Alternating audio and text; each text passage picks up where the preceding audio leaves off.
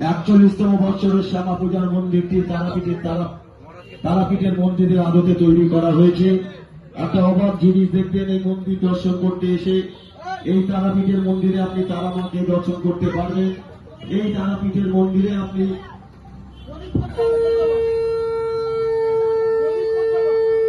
এখন প্রদীপ প্রজ্বলনের মধ্য দিয়ে আমাদের এই 41তম বৎসরের শ্যামা পূজার শুভ উদ্বোধন হচ্ছে।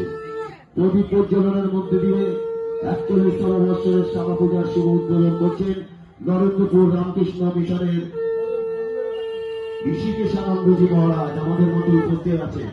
আমাদের মধ্যে উপস্থিত আছেন যিনি ভারতীয় ফুটবলকে 20টি বছর সময় দিয়েছেন, নিজেকে নিংড়ে দিয়েছেন 20টি বছর। কলকাতা, মোহনবাগান, ইস্ট বেঙ্গল, টালিগঞ্জ, চট্টগ্রামে বাংলা তথা ভারতীয় ফুটবলের জন্য যিনি 20টি বছর নিজেকে নিংড়ে দিয়েছেন, সেই কিংবদন্তি প্রাক্তন ফুটবলার জনাব মেহতাব হোসেন আমাদের মধ্যে এই উপস্থিত আছেন এবং উদ্বোধনী অনুষ্ঠানের মধ্যে তিনি আছেন।